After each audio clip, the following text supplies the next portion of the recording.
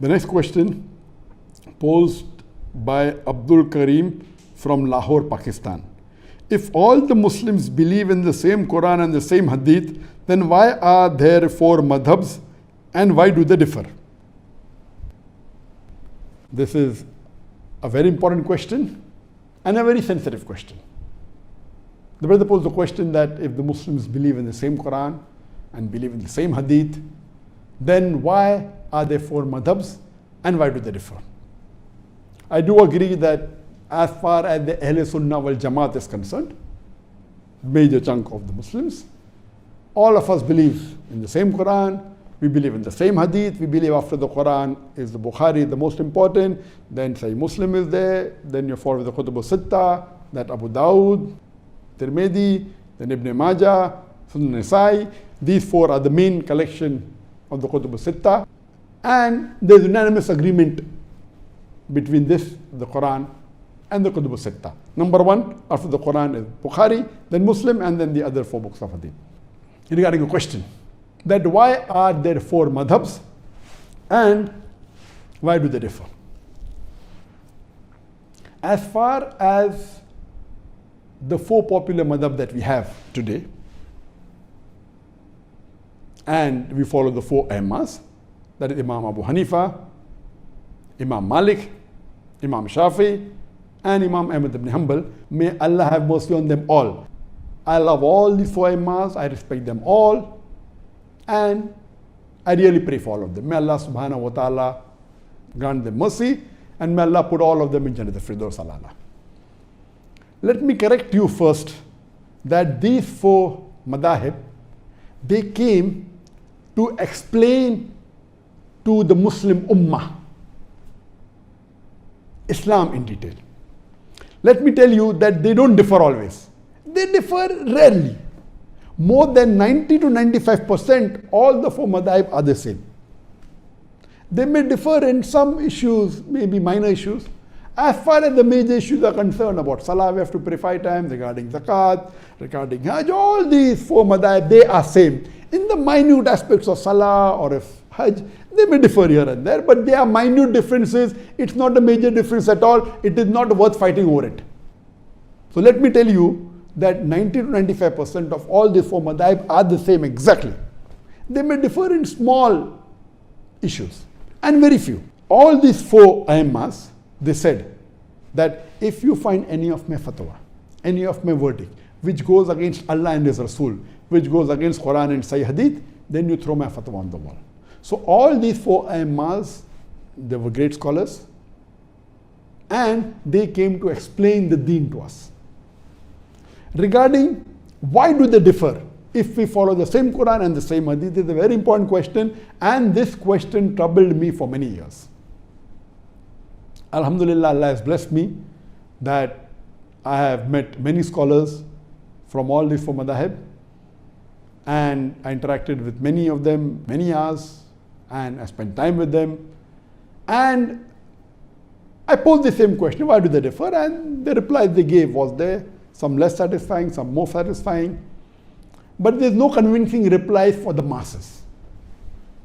And alhamdulillah, summa alhamdulillah, after meeting these scholars from all these four madhab, my vision of Islam and the differences, alhamdulillah, expanded a lot. Allah clearly mentioned in the Quran in Surah Imran chapter 3 verse number 103, وَاتَصِمُوا بِحَبْلِ اللَّهِ جَمِيعًا وَلَا تَفَرَّقُوا. Hold to the rope of Allah strongly and be not divided. We Muslims are supposed to hold to the rope of Allah, that the glorious Quran and the Sahih Hadith. And all, it's ijma.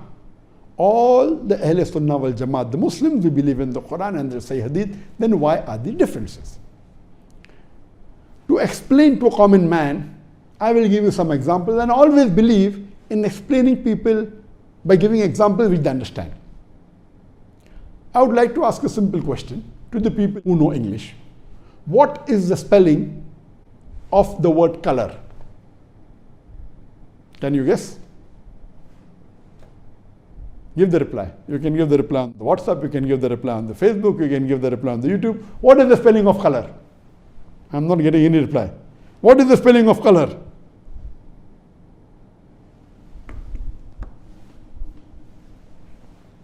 What is the spelling of color? Some may say the spelling of color is C-O-L-O-U-R. Some may say the spelling of color is C-O-L-O-R.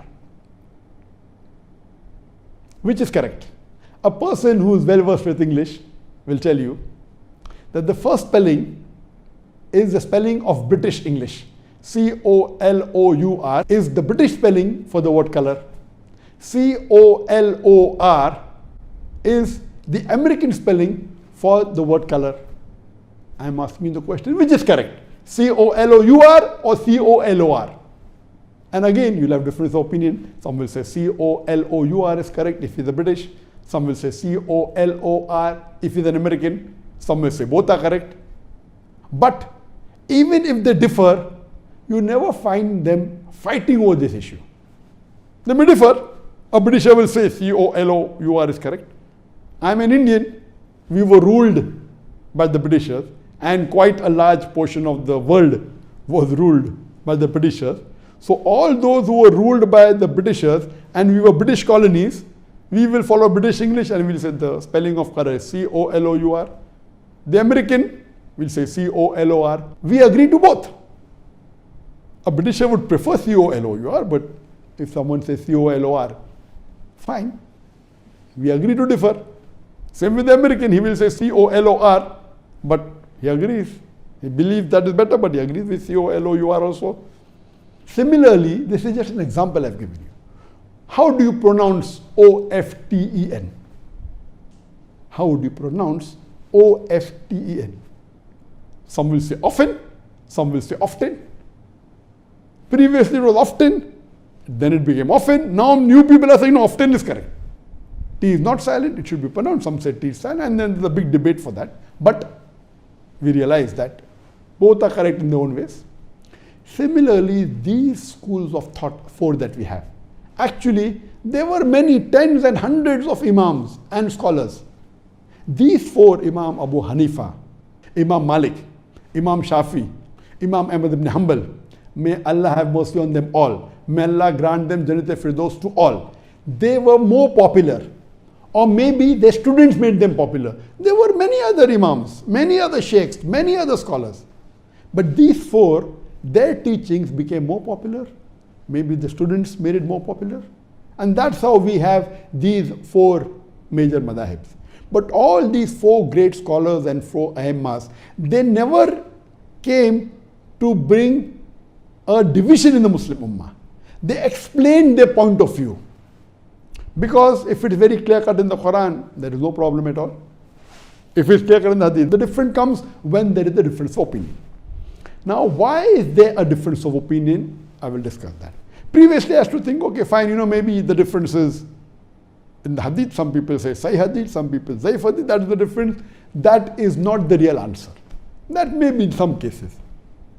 After meeting so many fuqahas and scholars of these different madhahib, I've come with this example of the spelling or the example of pronunciation. So similarly, these madhahib differ.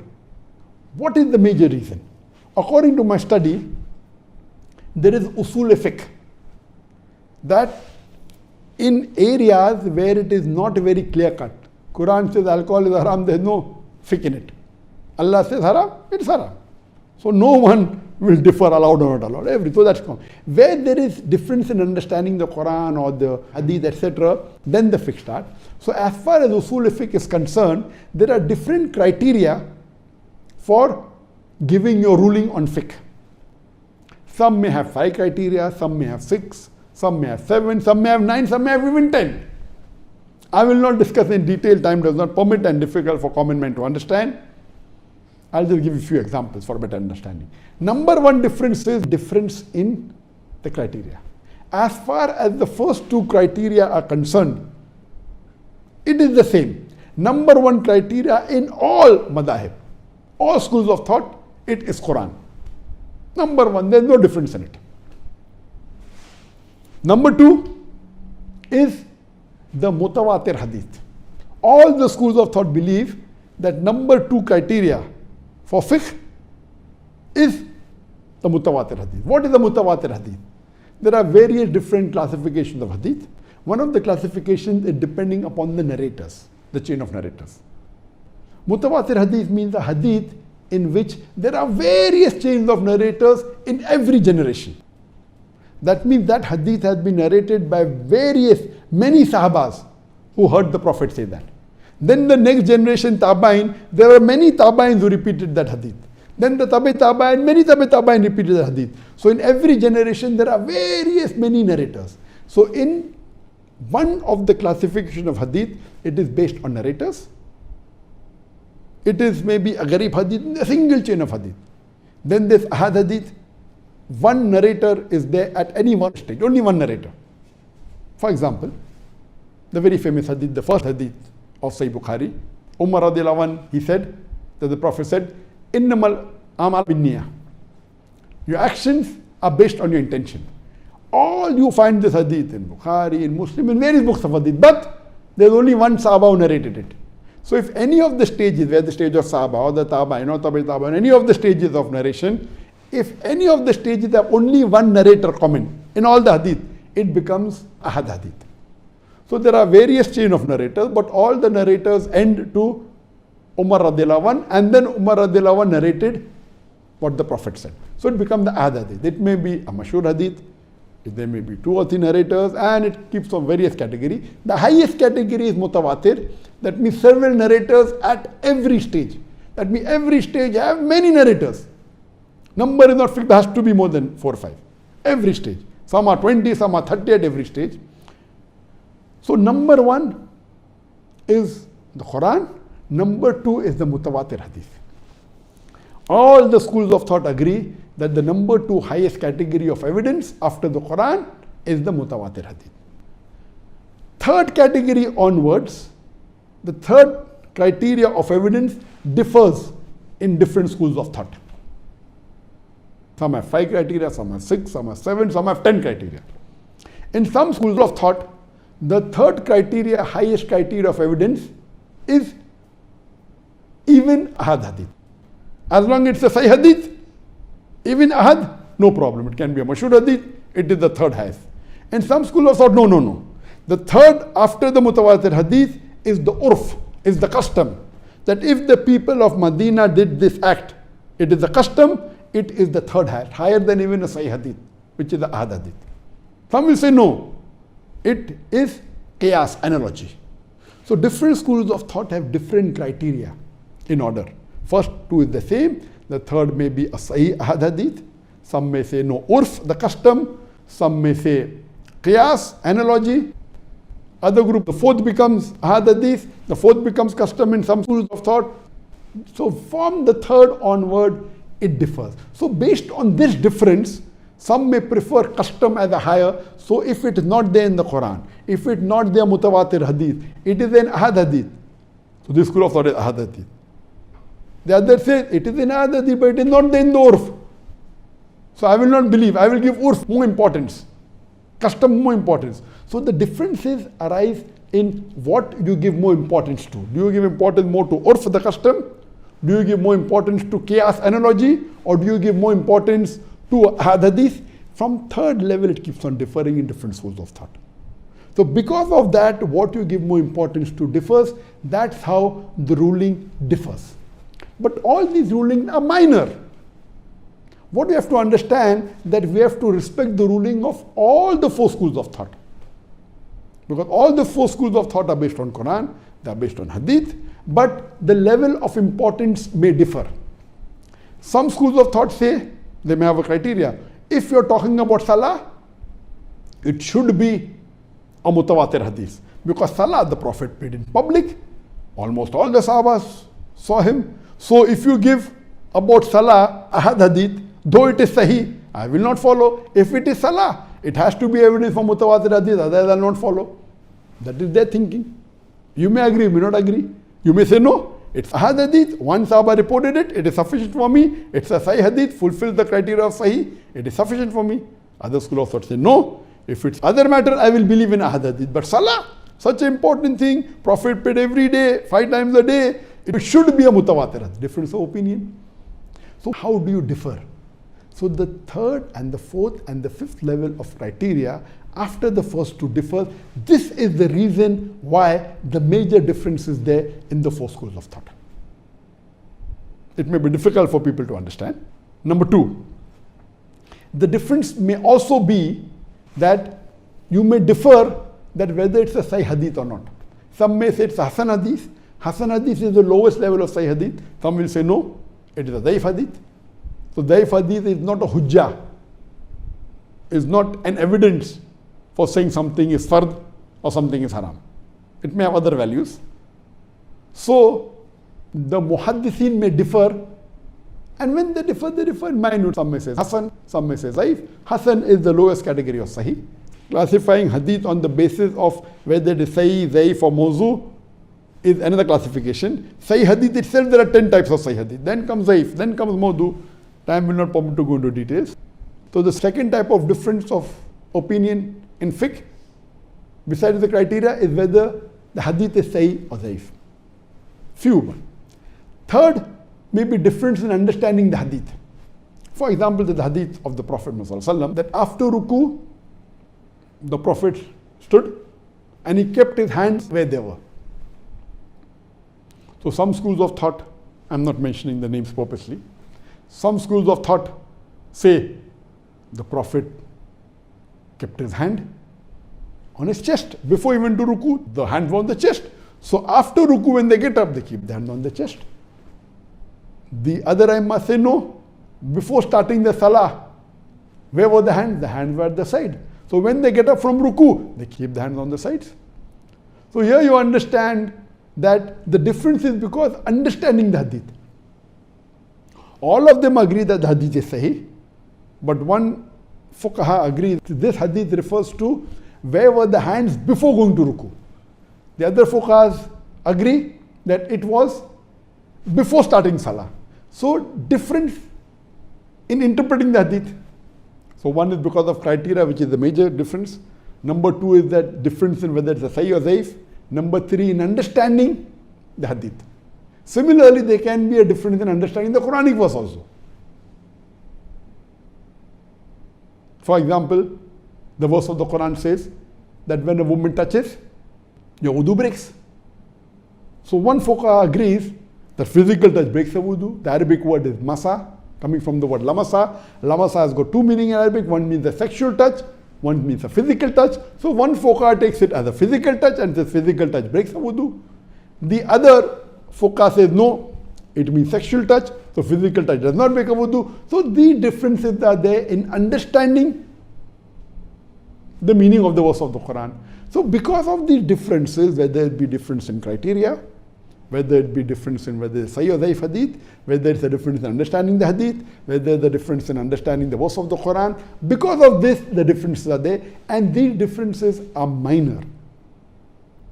We should not fight over it. What we find today, that because of these issues, there are some people who just study for a few months or few years, and they start saying that, okay, my fiqh is the best and is the only right one, which is wrong. All these were great fuqahas. We love them all, we respect them all. Even they among themselves, when they differed, they respected. They agreed with the other view. What they said, my view I think is afzal. It is better. That doesn't mean you are wrong. But today, most of them, you are wrong, I'm right. What I say, even I am right. To say I am only right is a big problem. Or you can say, I think this is afzal, this is better. That you can say. But today what we have, no, I am only right, you are wrong. Because of that, there is tension and there is fighting. We Muslims should be united. These are petty issues. The differences are going to be there. There were differences in the Sahabas. We should not fight over it, and we should agree that we agree to disagree. We should not fight over it. And all these issues are not on the major issues, they are minor issues. So I request the Muslim Ummah that we should be united, and we should respect these Aimmas, and we should respect the scholars, and see to it that we follow the Quran and Sahih Hadith as close as possible. Hope that answers the question.